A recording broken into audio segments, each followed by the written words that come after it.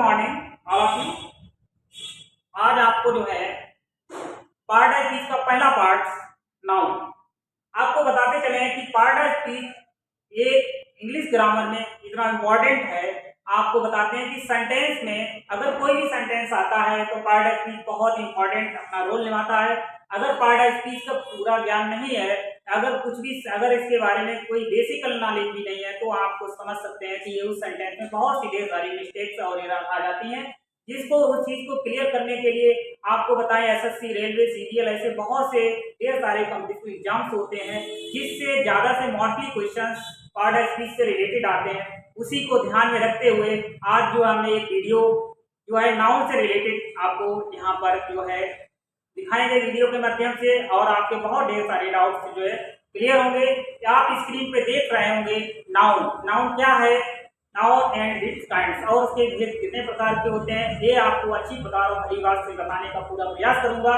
देखिए नाउन क्या है, हम लोग समझ सकते हैं कि बहुत से ऐसी चीजें हैं, जितनी भी दुनिया में जो भी चीजें हैं वो सब चीजें जिनका नाम है, चाहे वो संप्रदाय, वर्ग या जाति किसी प्रकार का नाम है, वो सब कुछ आपके नाउन के अंतर्गत आता है, जिसको हम इंग्लिश में डेफिनेशन के अकॉर्डिंग हम समझ सकते हैं ये noun is the name of person, place और थिंग्स।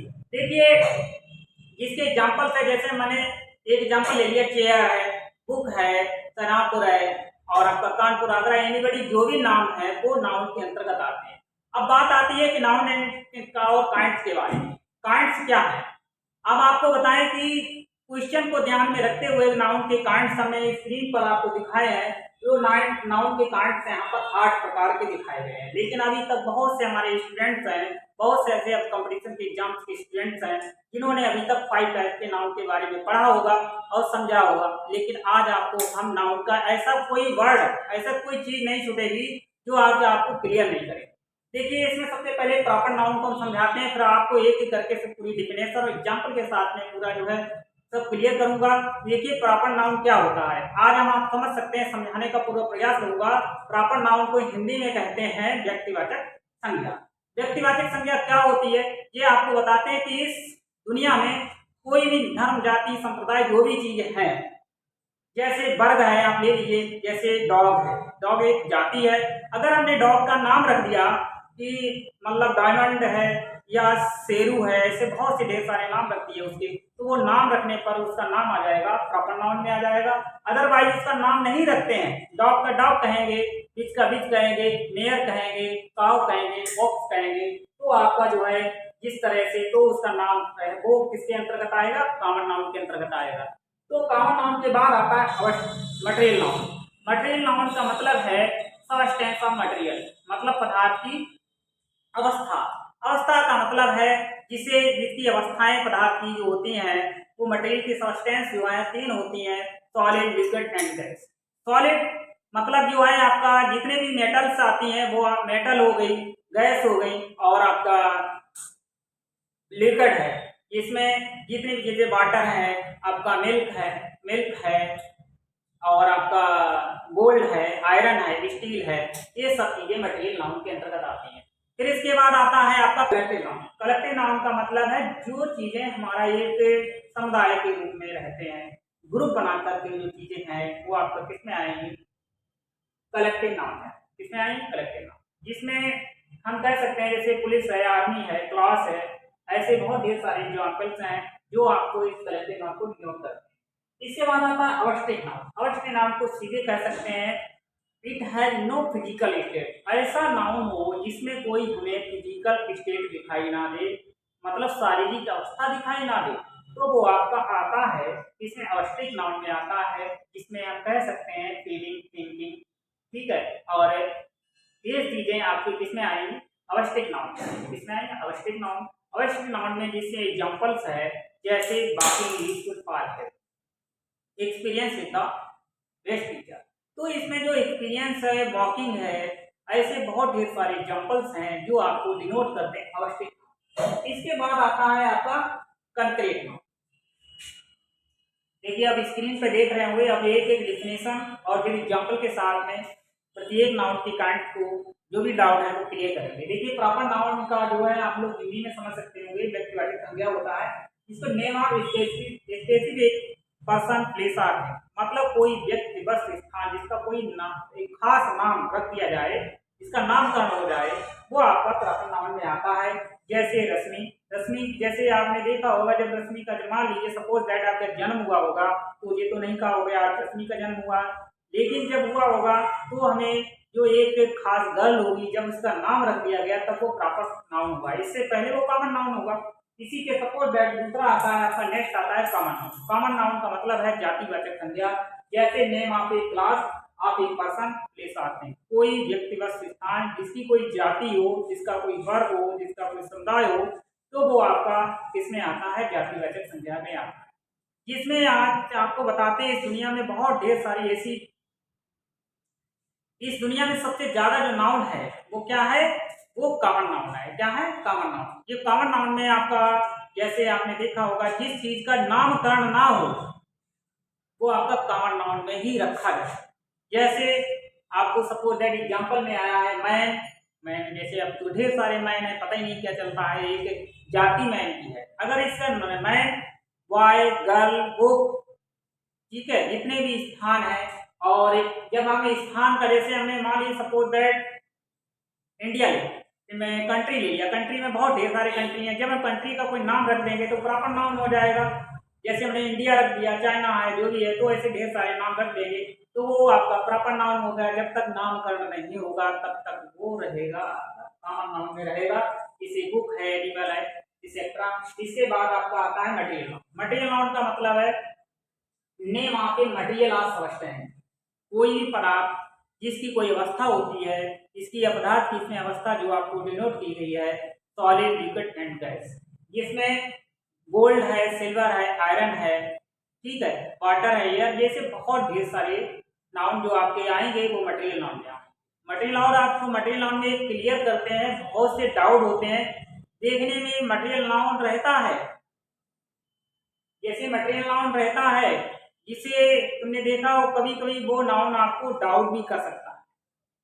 जैसे आपको एयर है, हवा, जब हम कभी कभी एयर, अगर हम कहीं टहल रहे हैं और एयर जो है खुले में हमें महसूस करते हैं, तो वहां पर अवस्थित नाउन हो जाएगा। क्या हो जाएगा, अवस्थित नाउन। अदरवाइज जो चीज हम किलो के भाव से लेते हैं, 1 किलो, 2 किलो, 3 किलो की वही चीज स्टोर की जा सकती है, तो आपका यहाँ पर मटेरियल नाउन होगा। ये आपको थोड़ा सा देखिए, इंग्लिश में होता क्या है, थोड़ा सा सेंस समझना बहुत जरूरी है। अगर हम सेंस को नहीं समझ पाते हैं, इंग्लिश को सीधे सीधे उसके हर चीज को उसके रूल्स के अकॉर्डिंग ही समझने का पूरा प्रयास तो करते ही करते हैं, लेकिन सेंस समझना बहुत ही कंपलसरी है, इतना इम्पोर्टेंट है। अगर हम इंग्लिश के सेंस को समझने लगेंगे तो हमारे डाउट और ही बेहतर तरीके से क्लियर होते चले जाएंगे।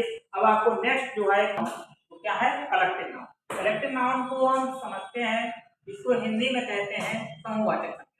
इसकी जो डेफिनेशन है बहुत ही सिंपल और इजी वर्ड का यूज किया गया है। Name of A group, creature, place of thing, व्यक्ति, वस्तु, स्थान, किसी का भी जैसे समूह हो, उसी को हम क्या कहते हैं, ग्रुप या समूह हो, उसी को हम क्या कहते हैं, कलेक्टिव नाउन कहते हैं। एग्जांपल है पीपल, क्राउड, टीम, पुलिस आदि। इसके अलावा नेक्स्ट आपका जो अवस्थित नाउन आता है, अवस्थित नाउन को जो कहते हैं भाववाचक संज्ञा। भाववाचक संज्ञा को इंग्लिश में डेफिनेशन है, it has no physical existence of which we can not be seen and we can only feel. मतलब ऐसा संज्ञा जिसे हम केवल, जिसकी कोई फिजिकल स्टेट ना हो, मतलब शारीरिक अवस्था ना हो, जिसे हम देख ना सकें, केवल हम क्या कर सकें, महसूस कर सकें, वो आपका आता है अवस्थित नाउन आता है। अवस्थित नाउन जैसे एग्जांपल एक दे रखा है, reading is the part of my daily, मेरी दिनचर्या का पढ़ने का एक भाग है। पढ़ाई जो है, पढ़ना मेरी दिनचर्या का एक हिस्सा बन गया। क्या बन गया, हिस्सा। तो पढ़ना जो आया है ये कोई फिजिकल स्टेट नहीं है, इसको हम देख नहीं सकते हैं, केवल हम क्या करते हैं, फील करते हैं। इससे लव इज ब्लाइंड, प्यार आता है, कोई व्यक्ति नहीं है, कोई वस्तु, कोई प्राणी नहीं है, तो क्या है, एक हम फील कर सकते हैं। जो लव क्या है, एक आपका क्या है, एक ऐसा वर्ड है जो अवस्थित नाउन जिसके सेंस के अकॉर्डिंग समझते हैं, ठीक है। तो इसी के बाद नेक्स्ट आपका आता है कंक्रीट नाउन। कंक्रीट नाउन को हिंदी में कहते हैं मूर्त संज्ञा। मूर्त संज्ञा क्या होती है, मूर्त संज्ञा को, जिसको हम हिंदी में और इंग्लिश में डिफिनेशन करते हैं, डिफाइन करते हैं, जैसे बताते हैं कि आपको कि कंक्रीट नाउन जो होता है इट हैज फिजिकल स्टेट, जिसमें कोई शारीरिक अवस्था हो जिसे हम देख सकें और महसूस कर सकें, जिसको मतलब कह सकते हैं ये noun can touch our feel, वह नाउन जो जिसे हम छू सकें और महसूस कर सकें, ठीक है, वो आपका क्या है, कंक्रीट नाउन। कंक्रीट नाउन जैसे बुक है, पकड़ सकते हैं, छू सकते हैं, फील कर सकते हैं, फूड है, स्टोन है, चेयर है, ये वर्ड आपके जो है क्या है, कंक्रीट नाउन। अब आपको ये सभी नाउन को जो पार्ट्स हैं, जो भाग हैं, जो पॉइंट्स हैं, जो टाइप्स हैं, आपने इनको समझने का मैंने पूरा प्रयास किया है। अब आपको ये देखना है कि एग्जाम में किस टाइप के क्वेश्चंस आते हैं, इसमें आपको ये देख पूरे जो है दिमाग ध्यान में रखते हुए आपने अभी कुछ ऐसे इसमें डाउट हमारे दिमाग में और आप लोगों के भी दिमाग में कुछ ऐसे क्वेश्चन पुटअप होते होंगे। देखिए, सबसे जो डाउटलेस आपका जो है, 3 नाउन ऐसे डाउटलेस आ जाते हैं जिसे हम समझने में बहुत ज्यादा मिस्टेक कर देते हैं। एक आपका कॉमन नाउन, दूसरा आपका अवस्थिक नाउन और तीसरा आपका कंक्रीट नाउन। अब आपने देखा होगा कॉमन नाउन में सभी ज्यादा से ज्यादा मोस्टली जितने नाउन आते हैं वो कॉमन नाउन ही होता है। जैसे एग्जाम्पल के तौर पे हम देखते हैं, जैसे कभी कभी आपका देखा होगा जो प्रेजेंट टाइम में जो हमारे दैनिक जीवन में जितनी वस्तुएं दिखाई दे रही है, जैसे मोबाइल। अब मोबाइल, तो अब कभी मोबाइल जो वर्ड आया है, अब आप सोचेंगे मोबाइल कौन सा नाउन है, तो मोबाइल जो है वो कॉमन नाउन में आएगा। अगर हमने मोबाइल में नाम रख दिया, जैसे ओप्पो है, वीवो है, ठीक है, रियलमी है, ऐसे बहुत ढेर सारे जो कंपनी के नाम हैं, तो वो प्रॉपर नाउन में पहुंच जाएंगे। अदरवाइज मोबाइल ही सिर्फ मोबाइल लिखा हुआ है तो समझ जाएंगे हमारा ये कॉमन नाउन है। इसी के तरह अब हमें कॉमन नाउन में बहुत से, जिसका जैसे जैसे एक नाम है और उसके बहुत ढेर सारे नाम हैं। जैसे एक नाम, जैसे मान लीजिए गोट है, गोट समझ लीजिए बकरी है, तो आपने देखा होगा इस दुनिया में बकरी बहुत सी होंगी। अगर हमने बकरी का नाम सुनैना रख दिया तो आपका ये प्रॉपर नाउन में चला जाए। इसी तरह से मेल, फीमेल, जितने भी एनिमल, ठीक है, जितनी वस्तुएं, जैसे बुक है, अभी हमने यहाँ पर एग्जाम्पल लिया है, ये आपका किसमें पहुंच सकता है, बुक कॉमन नाउन में पहुंच सकता है, वुड किसमें पहुंच सकता है, मटेरियल नाउन में पहुंच सकता है, स्टोन मटेरियल नाउन में पहुंच सकता है, चेयर कॉमन नाउन में पहुंच सकता है। अब आपको ये क्या है, अब हमने आपको बताया as a situation sentence in the examination, मतलब परीक्षा में कोई भी सिचुएशन जब इस टाइप की आती है तो वहां पर ये नहीं कॉमन नाउन, यहाँ पर कंक्रीट भी पूछ सकते हैं। अगर कॉमन नाउन भी दिया है और तो कंक्रीट वहां पे नहीं हो, वो मतलब हम करते क्या है कि उसमें जो हम आपको बताने का पूरा प्रयास कर रहे हैं कि सेंटेंस की सिचुएशन देखी जाएगी, कैसा सेंटेंस है। अब यहाँ पर आपको हमने बताया कि इंग्लिश में कोई ज्यादा डिफिकल्ट नहीं होता है, लेकिन हम जब इंग्लिश का क्या क्या समझने की पूरी कोशिश करें, सेंस को, और सेंस जब समझ जाएंगे तो हमारे एक ही एक डाउट, एक एक मिस्टेक सब क्लियर हो जाएंगे। मुझे जो है, अब आपको मैंने पूरा प्रयास किया है, अब नेक्स्ट आपके और भी चीजें हैं वो बताने का पूरा प्रयास करेंगे, ठीक है।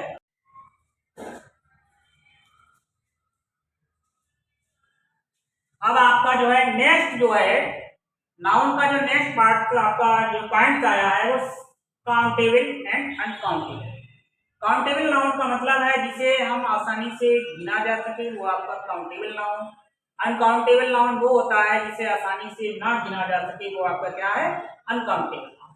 काउंटेबल नाउन में आपके 3 नाउन्स आते हैं, प्रॉपर नाउन, कॉमन नाउन और and collective noun.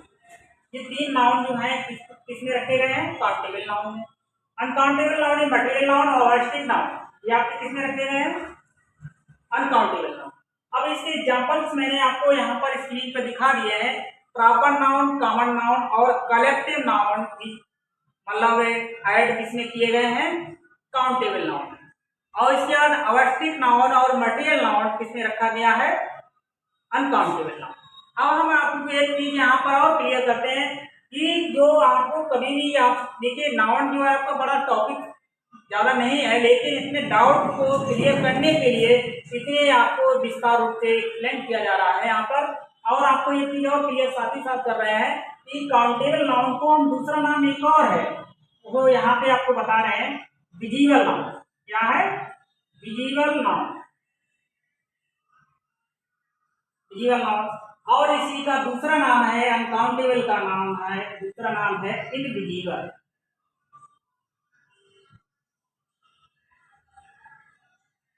Invisible noun, इसी को हम इनविजिबल कहते हैं।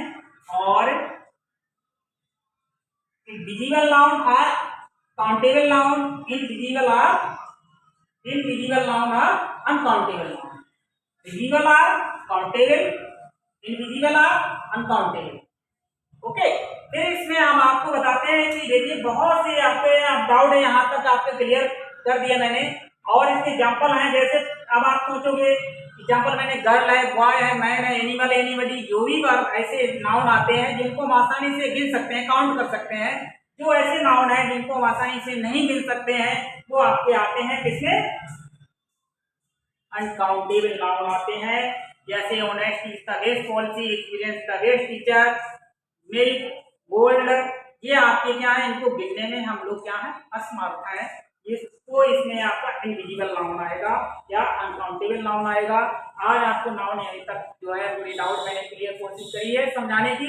और आपको बताएं कि नाउन, जैसे आपको एक चीज और बताते हैं कि बहुत से बच्चे स्टूडेंट्स आपके जो है कि कहते हैं कि मेरी इंग्लिश वीक है और मेरे एग्जाम में क्वेश्चन जो है सॉल्व नहीं समझ में आते हैं, नहीं क्लियर कर पाते हैं। इसके लिए मेरा एक बहुत ही इंपॉर्टेंट सजेशन है ऐसे स्टूडेंट के लिए कि अगर आपको सिंपल या बेसिक ग्रामर आपको आती है, जिसको एज ए टेंस, अगर आपको टेंस का बेसिकल नॉलेज है और आप सोचते होंगे कि मेरी इसी से इंग्लिश स्ट्रांग हो जाए, ऐसा तो इम्पॉसिबल है। अगर इंग्लिश को और ज्यादा बेहतर बनाना है तो आपको पार्ट ऑफ स्पीच के एक एक पार्ट को, एक एक काइंड को और उसके टच एग्जाम्पल को बहुत ही आसानी से स्टेप बाय स्टेप उसको आपको प्रिपेयर करने हैं। और इस तरह से आपको इंग्लिश में बहुत अच्छी कमांड और पकड़ हो जाएगी। और इसको रटना नहीं है, इसको ओनली समझना है। कभी कभी क्या होता है कि हमें सब कुछ रूल्स आने के बाद भी मिस्टेक हो जाती है, तो उसको कहते हैं कि हम इंग्लिश के सेंस को नहीं समझ पाते हैं। तो इंग्लिश के सेंस को समझने के लिए हमें जो है ग्रामर के रूल्स तो आने चाहिए, लेकिन इंग्लिश का सेंस मुझे समझने के जरिए जब बहुत ढेर सारे एग्जाम्पल तो मेरे सामने होंगे, उनमें से हमारे सभी डाउट क्लियर होंगे, तब हम इंग्लिश के सेंस को आसानी से समझने लगेंगे, फिर हमारे अंदर कोई मिस्टेक नहीं होगी। आज आपको मैंने नाउन समझाने का पूरा प्रयास किया। आप लोग इस